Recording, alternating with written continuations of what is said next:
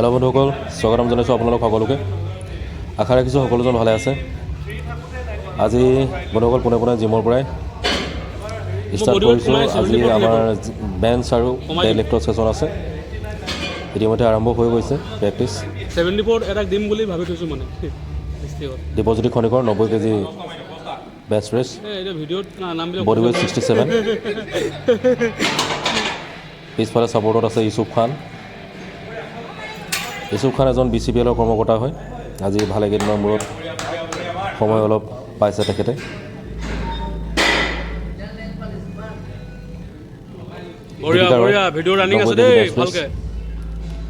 বন্ধুসকল, পাৱাৰ লিফ্টিঙৰ কাৰণে কিছুমান ষ্টেটত যদি ভাল পাৰফৰ্মেঞ্চ দিয়া হয় তেন্তে তেখেতসকলৰ কাৰণে নিযুক্তিৰ বাবে ৰিজাৰ্ভেশ্যন পোষ্ট থাকে, ৰিজাৰ্ভ থাকে মানে পোষ্ট।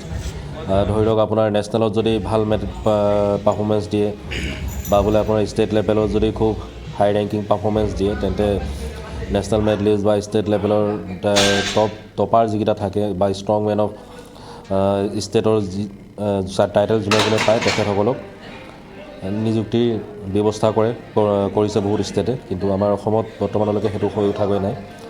আশা ৰাখিছোঁ সেইটো আহি থকা দিনবোৰত আমাৰ অসমতো বা উত্তৰ পূৰ্বাঞ্চলৰ যিবিলাক ৰাজ্য আছে তাতো লাগু হ'ব।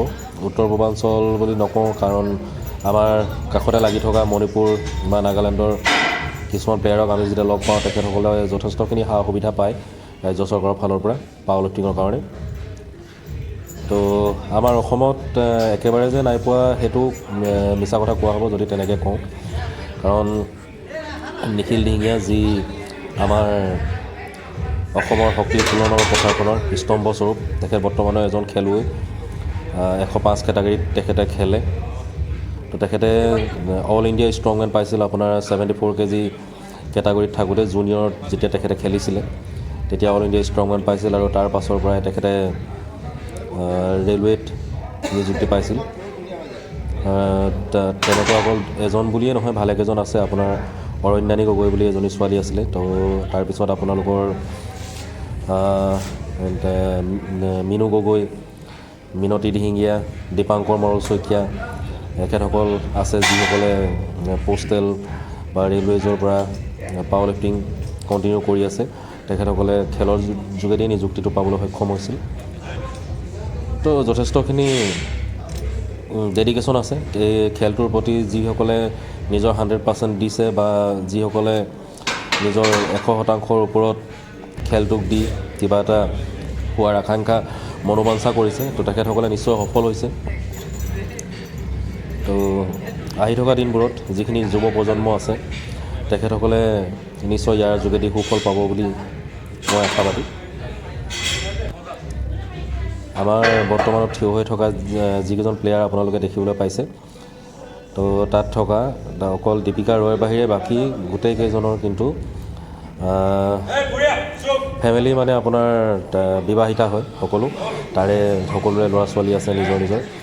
তো নিজৰ ঘৰ সংসাৰৰ পৰা ইমান ব্যস্ততাৰ মাজত আহি অলপ সময় খন্তেক সময় যেতিয়া ইয়াত সকলোখিনি লগ হওঁ, নিশ্চয় আপোনালোকে বুজিব পাৰিছে চাগে কেনেকুৱা এটা পৰিস্থিতিৰ মুখামুখি হওঁ আমি। ভাল লাগে মানে ইয়াৰ আমেজটো সুকীয়া বন্ধুসকল, ভাষাৰে বুজাব পৰা নাযায়।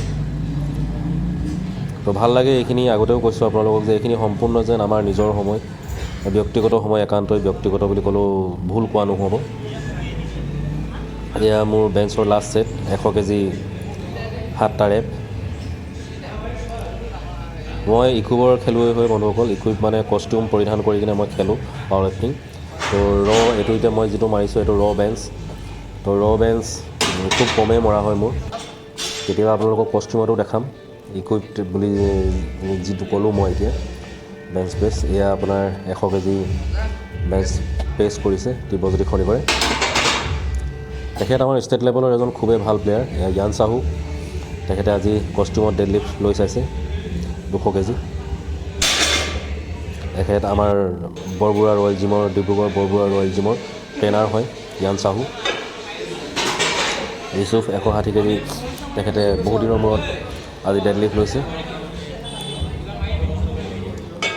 এয়াই বন্ধুসকল যে স্পৰ্টছৰ যোগেদি কেৰিয়াৰটো ইম্পচিবল নহয়, পচিবলে আমাৰ অসমতো। কিন্তু সেই অনুপাতে আপোনাৰ গেমটোৰ প্ৰতি আপুনি গেমটোৰ প্ৰতি পেশ্যনেট হ'ব লাগিব, আপোনাৰ ডেডিকেশ্যন লাগিব, আপুনি নিতৌ নতুন নতুন কৌশল বা নতুন নতুন অভিজ্ঞতাৰে কিছুমান বস্তু আয়ত্ত কৰিবলৈ চেষ্টা কৰিব লাগিব, নিজকে ইম্প্ৰুভমেণ্ট আনিব লাগিব প্ৰতিদিনে। কাৰণ আমাৰ অসমৰ যিমানবিলাক প্লেয়াৰ থাকে বাহিৰৰ প্লেয়াৰবিলাকৰ ওচৰত গৈ কিনে ম্লান হৈ যোৱা দেখা পোৱা যায় বহু সময়ত। তো তেনেকুৱা যাতে হ'ব নালাগে। কাৰণ মই যেতিয়া 2019 চনত গৈছিলোঁ আনকুইড পাৱাৰ লিফটিং চেম্পিয়নশ্বিপত, নেশ্যনেল আনকুইড পাৱাৰ লিফটিং চেম্পিয়নশ্বিপত পাৰ্টিচিপেট কৰিবৰ কাৰণে 2019 মানে কা আন্দোলন হৈ থকা পাছৰ মুহূৰ্তখিনিত যোৱা হৈছিলে। ঘূৰি আহোঁতে যথেষ্টখিনি অসুবিধাৰ মুখামুখি হৈছিলোঁ, কাৰণ ট্ৰেইন চলাচল বন্ধ হৈ পৰিছিলে প্ৰায়। তো তেতিয়া ইমাৰ্জেঞ্চি ফ্লাইটত টিকেট কৰি আহিবলগীয়া হৈছিলে, যথেষ্টখিনি অতিৰিক্ত খৰচ বহন কৰিবলগীয়া হৈছিলে। তো যেতিয়া 2019 চনত যিবাৰ মই গৈছিলোঁ সেইবাৰ আপোনালোকৰ মোৰ কেটাগৰীত আপোনাৰ 17জন প্লেয়াৰৰ ভিতৰত মোৰ স্থান আছিল আপোনাৰ 11 নম্বৰ। তো নিজকে বহুত তলত আছোঁ যেন অনুভৱ হৈছিল। আৰু তাত মই কেইটামান কথা শিকিবলৈ পাইছিলোঁ যে বডি ৱেইটটো মেটাৰ নকৰে, আপোনাৰ যদি প্ৰেক্টিছ ভাল নহয় তেন্তে আপুনি বডি ৱেইটটো যিমান বঢ়ালেও মিছা। আৰু বহুতে কয় যে বডি ৱেইট বাঢ়িলে পাৱাৰ বাঢ়িবই, প্ৰায়বিলাক কিছুমান খেলুৱৈ মুখত শুনা যায়। সেইটো আচলতে বহুতৰ পক্ষে পচিবল নহয় বুলি মই ভাবোঁ। কাৰণ বডি ৱেইটটো আপোনাক তেতিয়াহে ছাপোৰ্ট কৰিব যেতিয়া আপুনি প্ৰেক্টিছটো কণ্টিনিউৱাছলি ৰানিঙত ৰাখিব। যদি প্ৰেক্টিছ ইৰেগুলাৰ হ'ব তেতিয়া বডিটো ৰেচপঞ্চ নকৰিব তেনেকৈ। তো এয়াই যিবিলাকে অকল পাৱাৰ লিফটিং বুলিয়ে নহয় যিকোনো এটা খেলত কৈছে যে প্ৰেক্টিছ মেক্স এভৰিৱান পাৰফেক্ট। তো প্ৰেক্টিছটো বহুতেই জৰুৰী। এয়া খেলৰ মাজতে অলপ ঢিটিঙালি পৱন কুমাৰ চাহে দেৱজ্যোতি খনিকাৰক তিলক লগাই দিছে অলপ বেছিকৈ ৰেপছ লগাবৰ কাৰণে। ভাল লাগে এইবিলাকো। এয়া বিকু কোঁৱৰ আমাৰ জিমৰ আটাইতকৈ কম ৱেটৰ পাৱাৰ লিফটাৰ। তেখেতৰ বৰ্তমানৰ বডি ৱেইট আপোনাৰ 48 ছামথিং চলি আছে বুলি। এয়া বন্ধুসকল জড়িত হৈ থাকক ভিডিঅ'টোৰ শেষলৈকে।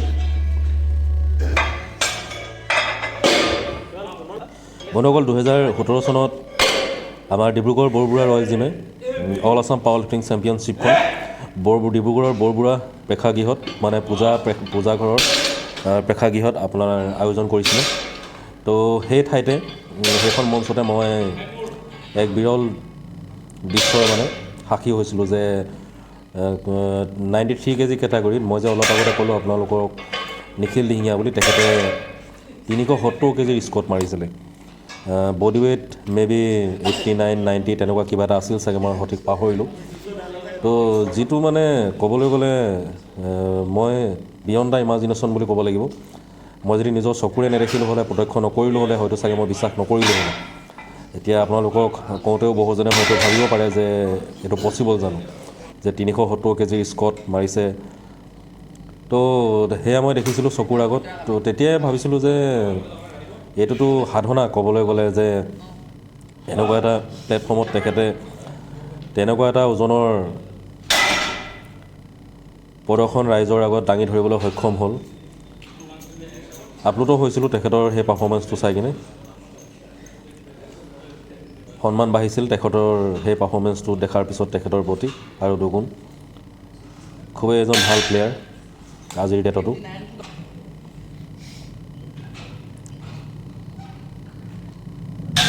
এয়া 120 কেজি বিকু কোঁৱৰে মাৰিছে।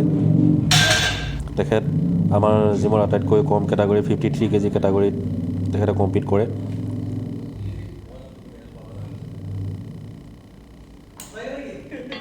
আপোনালোকেও ব্যস্ততাৰ মাজত অলপ সময় খন্তেক সময় নিজৰ শৰীৰটোক দিবলৈ চেষ্টা কৰিব বন্ধুসকল। এয়া মোৰ ডেড লিফ্টৰ লাষ্ট ছেট হ'ব। 180 কেজি 5টা ৰেপ। ডেড লিফ্টটো মোৰ আটাইতকৈ উইক বুলি ক'লেও বেয়া নহ'ব।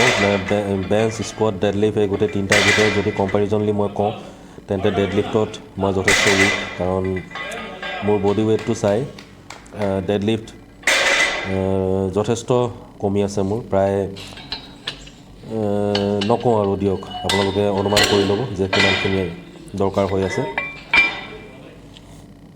তো আশা ৰাখিছোঁ আহি থকা দিনবোৰত ইম্প্ৰুভমেণ্ট আহিব লাহে লাহে। ইয়াৰ পৱন কুমাৰ শ্বাহ লাষ্ট ৱেইট লৈছিল তেখেতে 200 কেজি।